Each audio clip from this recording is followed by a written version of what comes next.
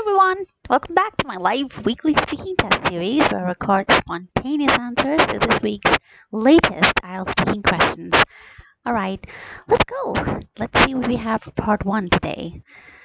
What's your favorite subject? I'm not in university anymore. I graduated a long time ago, but I am taking classes, in foreign languages. I really enjoy doing that, and at the moment, I'm studying for my A2 certification in German. So I really enjoy that, even though I'll be honest, it's a pain at times, and I don't know why, but my hobbies always seem to be things that are very stressful.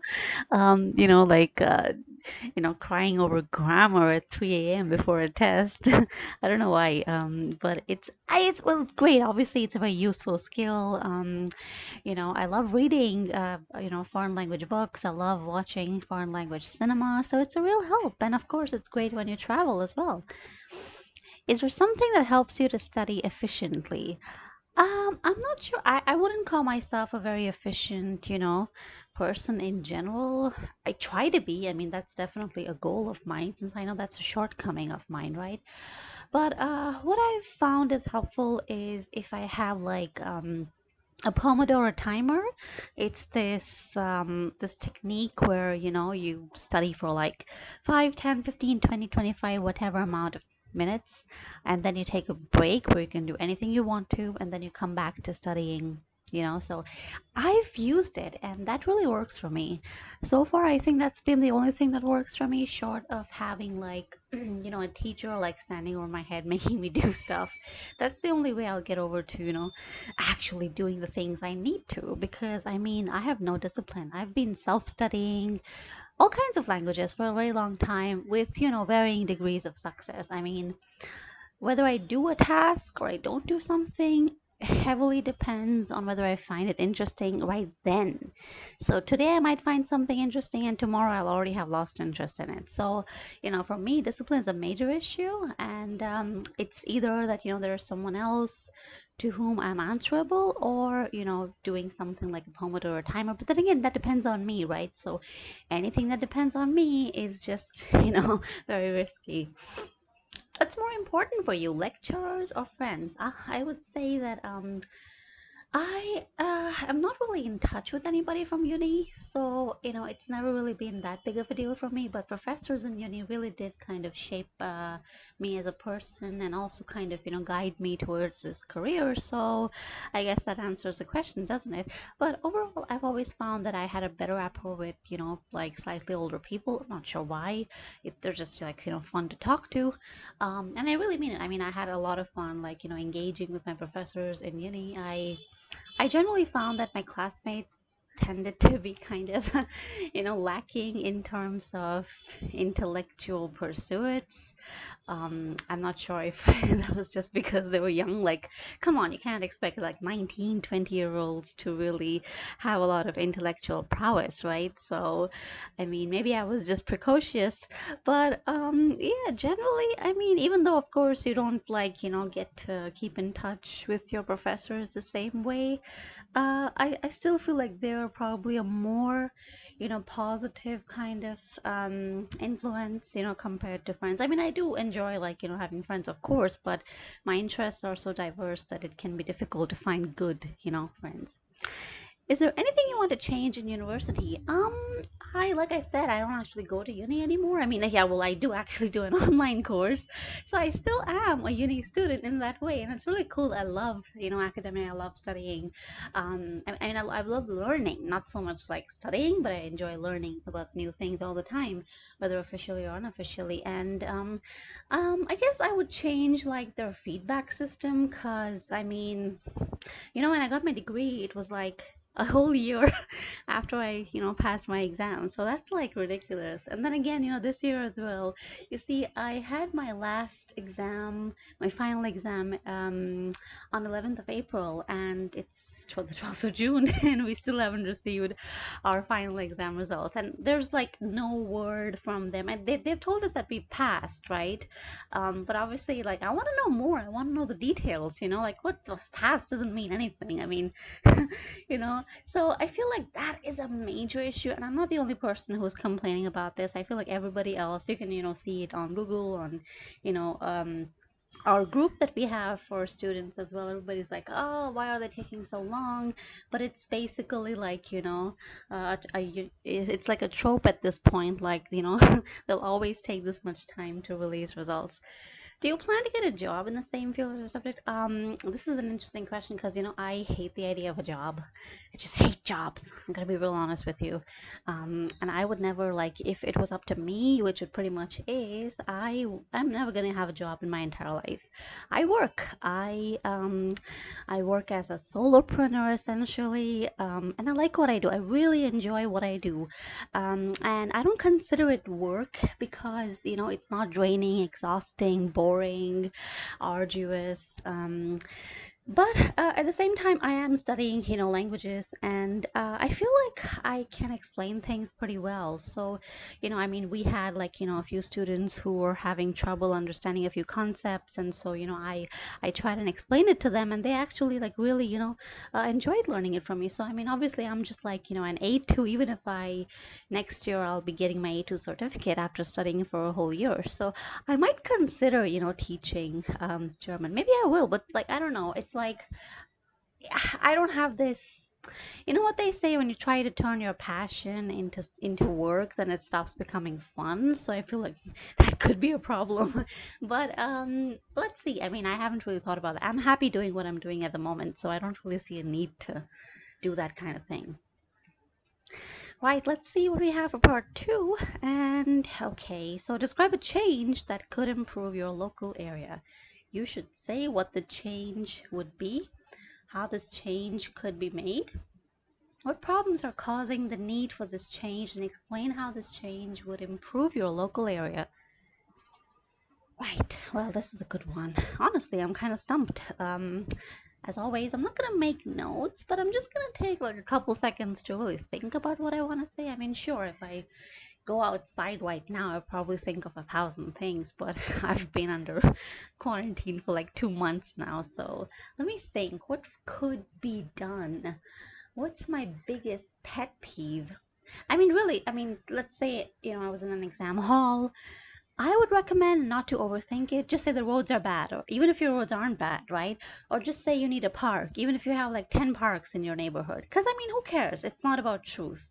I should take my own advice, but I want to give you all a better answer. So let's see. What could be improved? I feel like there's lots of things. Well, I would probably. Okay, let me just officially begin my answer. As you know, my answers tend to get way out of time, so I'm gonna work with a stopwatch this time, right? Let's see how long I go on for. So, I mean, I generally live in an area which is pretty good. I mean, it's consistently ranked as a very good area in terms of just great for families, great for young people, great for professionals. It's got everything you could potentially want. I mean, it got hospitals, colleges, schools, shops. You pretty much don't really need to go anywhere. You can get all of your needs within like a 2 kilometer radius. But we do have some issues, with the roads. I guess you could really have the same concern in any part of my city, which is quite a shame, because we have like, I think, one of the biggest budgets in all of Asia.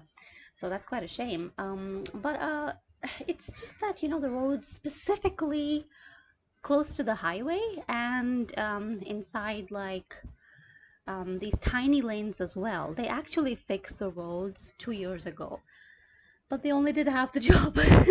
And so like there's a huge section of the road which is like they're still repairing it, and I'm not sure why, because they fixed it and then they dug it up again. I guess for electric work, because in my city the electricity wires are buried underground, and that's why we have a great electric system, but that's a story for another day. So the thing is that I've actually I've fallen twice, and I twisted my ankle on the streets, which is why I'm really passionate about this, whole topic. Because, I mean, there's a reason why I'm paying taxes, right? Don't you think? Don't you think I should be getting something in return for it? And well, once I just like kind of tripped, and my ankle hurt, but that was fine. It was a pothole or something I didn't see because I was looking at my phone like millennials do. And the other time I was actually walking on the highway. That could have been super dangerous. That could have been lethal. And whose fault is it? Obviously not mine. I mean, yeah, to some extent, but I mean, that is something they should have been taking care of. Like, why is it that half the streets are great, smooth, perfect, beautiful, amazing, and why is it that half the streets are just absolutely awful? That has really got to change because it's great for safety. I mean, all kinds of motorists, whether they're bus drivers, taxi drivers, private passengers, I mean, people who have their own cars, and cyclists, and people who deliver like stuff using motorbikes, everyone would be safer for it, right? Just a couple months ago, we had this news report. There had been this really awful accident very close to where I live, like just, across the highway, where somebody this guy on this motorbike was trying to like take over a bus or something, or truck or something, and he didn't see like there was a pothole or something, I guess. I don't remember the details, but he fell and he basically died. And that was really awful because it happened so close to where I live, and it's a shame that somebody would have to lose their life over such a pathetic thing. So yeah, that really needs to be fixed. Okay, that's like 3 minutes. Still a bit longer than it should be, but hey, that's okay. There's no maximum time on the IELTS. Your examiner will stop you whenever he or she feels it's appropriate. In fact, being passionate about what you're saying, having so much to say, is a good sign. It's a sign of fluency. So I would say don't worry about timing. The only worry you should have about timing is to ensure that you're not speaking for like 1 minute or 1.5 minutes or something. Now that could really, like hurt your score. Let's go on to part three. Okay, what do we have here? Why do old people not like changes? I feel like this might be kind of an ageist question. I mean, okay, yeah, let's see. Well, it is somewhat true, I suppose, because when you get older, generally your body tends to, not work as well, and that's just a biological fact. But I've known a lot of old people who are like super sprightly. I mean, one of my trainers back when I was doing my CELTA certification, to be able to teach English to other people, she was 65 years old, and you would not imagine, like, you wouldn't. I mean, yeah, I mean, she looked old, obviously, but you would think, like, she was like 50 or something. You'd never guess she was 65. She was so full of energy, and she was always like, you know, doing things, going here and there, and traveling and getting stuff done. And like, my God, she had so much energy. She had more energy than I did back at that point. So, I think generally it's just because you're so set in your ways. I mean, you could say the same thing about someone who's 30 years old versus someone who's like 18 years old, right? I mean, younger people generally are just kind of, they're very adaptable, they're easy to influence, they're not set in their ways, right? But as you get older, you've been doing things, a certain way. Like, let's say, for example, maybe you do your laundry only on Sunday. And you've been doing that way for the past 10 years. In the case of an older person, maybe for the past 50, 60 years. It's very difficult to change habits that you've been forming for the past decades, right? I mean, it would just really be unrealistic to, even expect them to change. So, the older you get, the more set in stone your habits and your actions become. Is it important to be flexible? I think it is, but it's also important to be able to stand your ground. Over flexibility and being okay with whatever can be a bit of an issue, but generally, yeah, because I mean, life isn't linear. Things aren't always going to be like, I have a plan, I do X, I want to have Y as my result, right? It doesn't always work that way. There's little obstacles and there's unexpected twists and turns, and you really got to roll with the punches. So, I mean, if you're very rigid and you don't like change, I mean, you'll learn the hard way, right? So, I think it's better to learn the trait of flexibility earlier in life so that you have an easier time, when you're older. Like, for my own story, there was something else I wanted to do career-wise. That didn't really work out. I was upset about it, but at the same time, I figured hey, maybe there's something better. And there was something better. Now I'm doing something which I really enjoy. Otherwise, I would have been working a miserable job. So it's a really important skill, you know. I mean, if you don't learn it, then hey, life will make you learn it. You know what they say. Um, there's a saying that, you know, you get the test first and then you get the lesson with life. And I think that's really true. Do you think it's important for people to socialize with their neighbors? Well, I mean, it can be. I mean, I think it's good. It's good because, you know, obviously it's good to know the people that live around you, get to know them, like, you know, they could be pretty useful, right? I mean, let's say you need help for whatever it is, or you need someone to take care of your dog or something for a day, and you're going out somewhere. They could, you know, take care of you. If you need somebody to forward your mail to you if you're going out, they could be pretty helpful. So it's always good to, you know, ensure that you're on the good side rather than on the bad side. Um, but that depends, you know. Some people are very solitary and they don't care as much. I don't think, you know, in like we as a society nowadays, we're very individualistic, and I see that there's less reason now to, you know, be super overly friendly with your neighbors. I mean, maybe like, you know, I remember like my parents would tell me that their neighbors would like just be like, you know, hey, do you have some sugar? And like, you know, they're very free back then, like, you know, very friendly and very open. But people are not like that anymore because we don't need each other anymore, right? I mean, hey, if you run out of sugar, just download an app and buy it yourself. So yeah, I mean, it's still a good thing, I think. But like me personally, for example, I don't feel the need to. I just keep to myself, you know. So I mean, while I may not do that thing, I still think it's a good thing.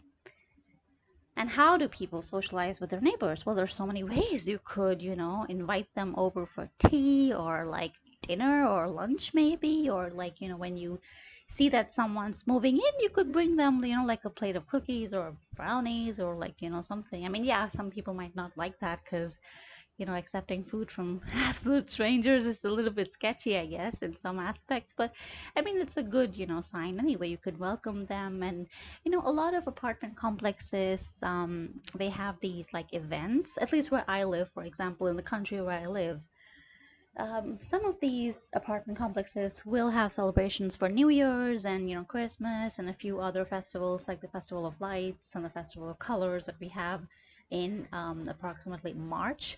So it's a good place, you know, it's a good event for people to kind of get together, know each other, have some food, celebrate, share some good memories. And you know, I mean, if your neighbors become your friends, I think that's the best thing. I mean, you know, you can always like pop over for a chat and just like, you know, you don't really need like an occasion. I feel like once you get to that point where you're very friendly, you can just like, you know, be back home on your way, be back home from work, and you can just, you know, drop by their door for a quick chat, or they could just drop by on Sunday or something like that, right?